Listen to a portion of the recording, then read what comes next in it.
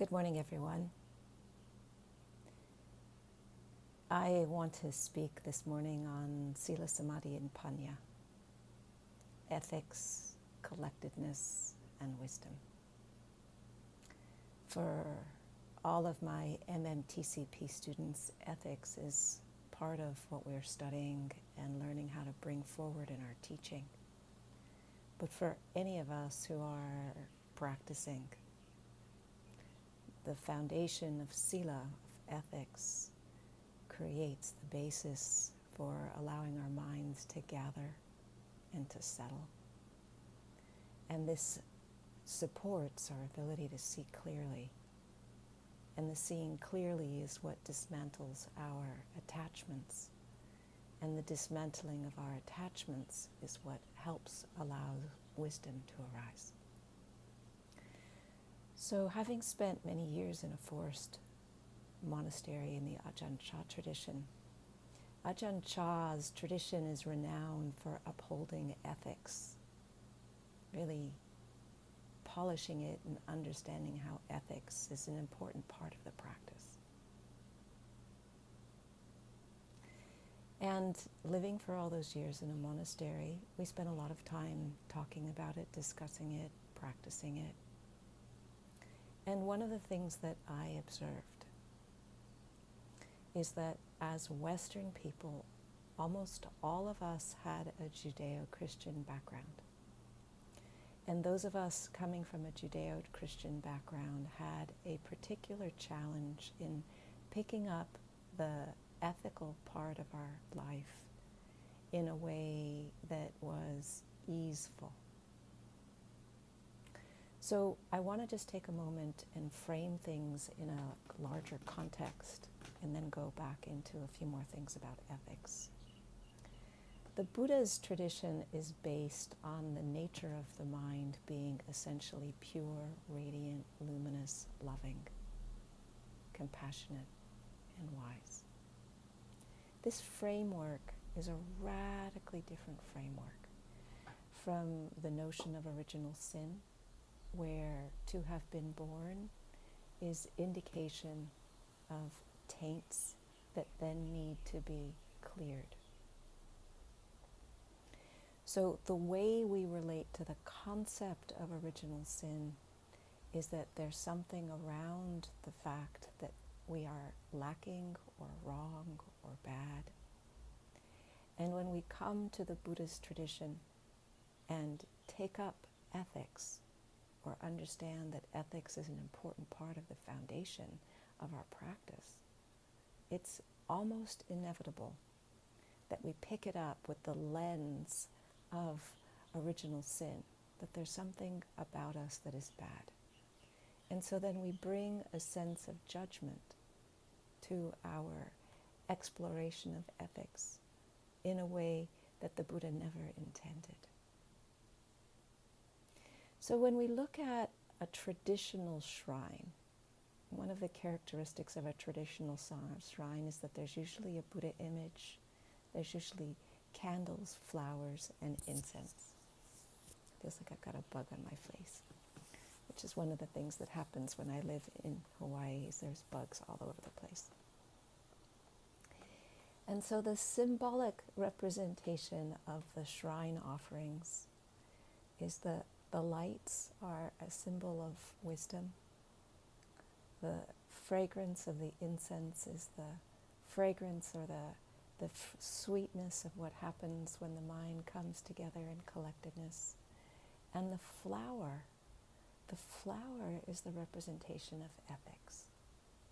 So flowers don't get stressed out trying. They don't have attacks of self-judgment or criticism that they're insufficient.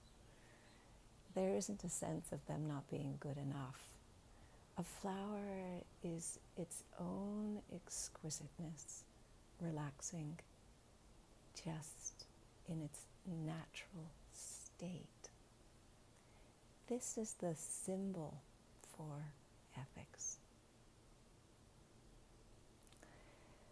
So when you consider that your mind, your nature, who you fundamentally are, He's luminous, radiant, wise, compassionate, and loving. How does that feel?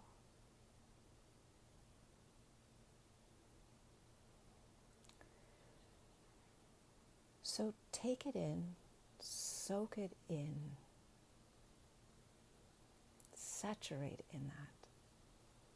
And now, with that as a taste, as a flavor, as the backdrop, when we bring to mind ethics and the importance of ethics, it's to clear the ground so we can get to who we really are. It's to uphold our mind in a mirror that reflects our nature.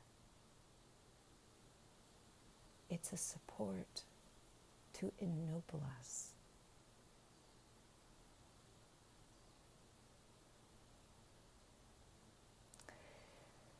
So we can't just wave a magical wand and all of us who come from a Judeo-Christian upbringing just go voop voop and have it disappear. That's part of what we have to work with. So there is a radical difference between guilt and what the Buddha was advocating. The Pali words for what he was advocating is hiri ottappa. And hiri ottappa is moral dread and moral shame. And this is different than the toxic shame that so many of us have been living with and struggling with. This is the recoiling from anything that would be a source of harm for ourselves or for anyone else. And hiri-ottappa, this quality of mind, is what is considered the light of the world. Without it, there's very little possibility of being able to awaken. But guilt functions in a radically different way. Hiri-ottappa is concerned with cause and effect. When I do this, there is this result. Guilt coalesces around a negative sense of self and reinforces the idea that fundamentally I am bad, I'm wrong, I'm insufficient, I am unworthy, I'm not good enough. And the weirdest irony about guilt is that the perfect punishment for guilt is to make the same mistake again, and therefore reinforce the ideas that I'm not good enough, that I did it wrong. Hiri-ottappa, on the other hand, does not cathect, solidify around the sense of self. It just looks at things in terms of cause and effect. When I do this, there is this result. When I do that, there is that result. One result may be skillful, another result may be unskillful. When I direct attention towards what is skillful, there are these consequences. When I direct attention towards what is unskillful, there are those consequences. At no place in the process of bringing forward these qualities of hiri and ottappa is there a bad person, an insufficient person, a wrong person.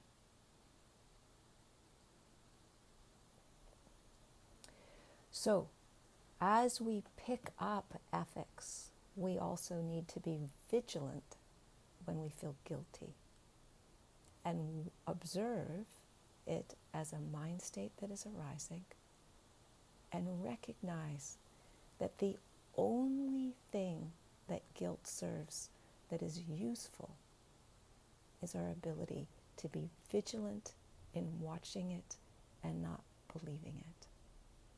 And that gives us part of the power that we need to distill out of guilt the ability to shift our focus from me being a bad person to what are the ingredients that give rise to unskillfulness, and how can I focus my attention to support more skillfulness.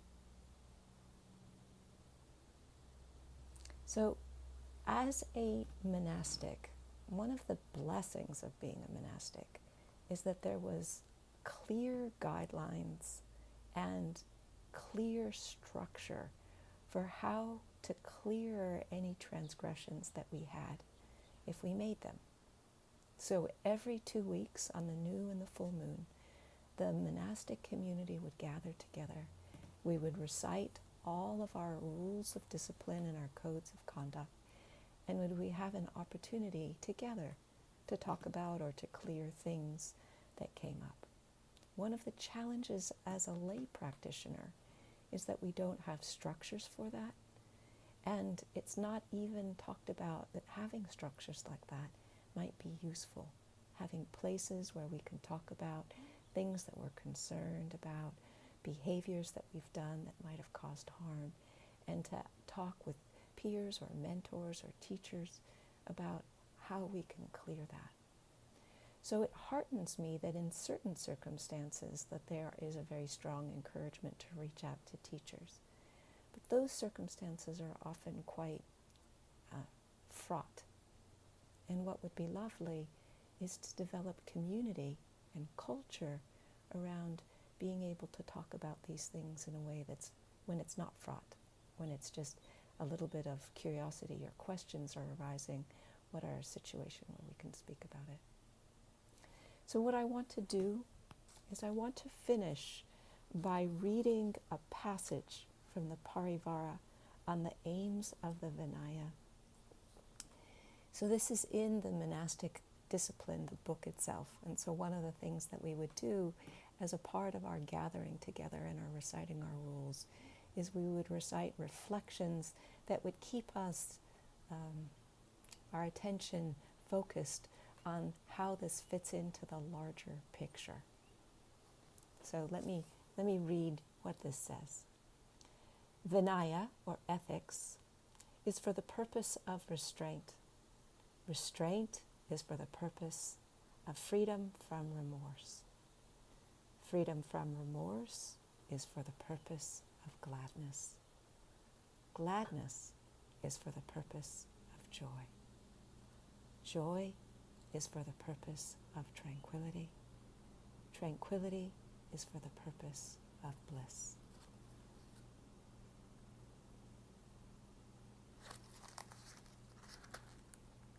Bliss is for the purpose of concentration.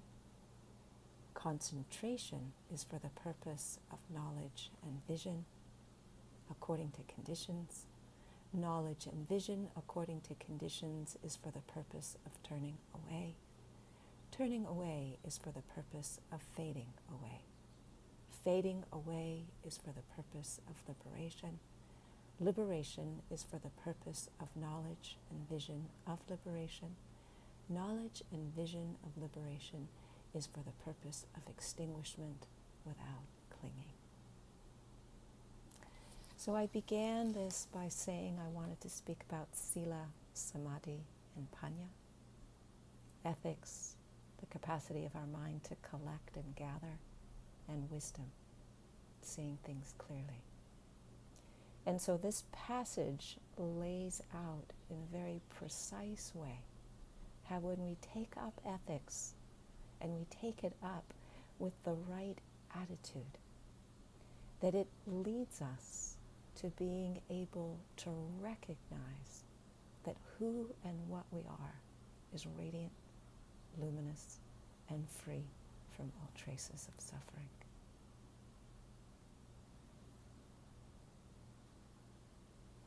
So as you go forward in your day, and as you go forward in your teaching, and as you go forward in your contact with others, it is my wish that in any instance where ethics arises, it's possible to remember that the point of ethics is to lift us up,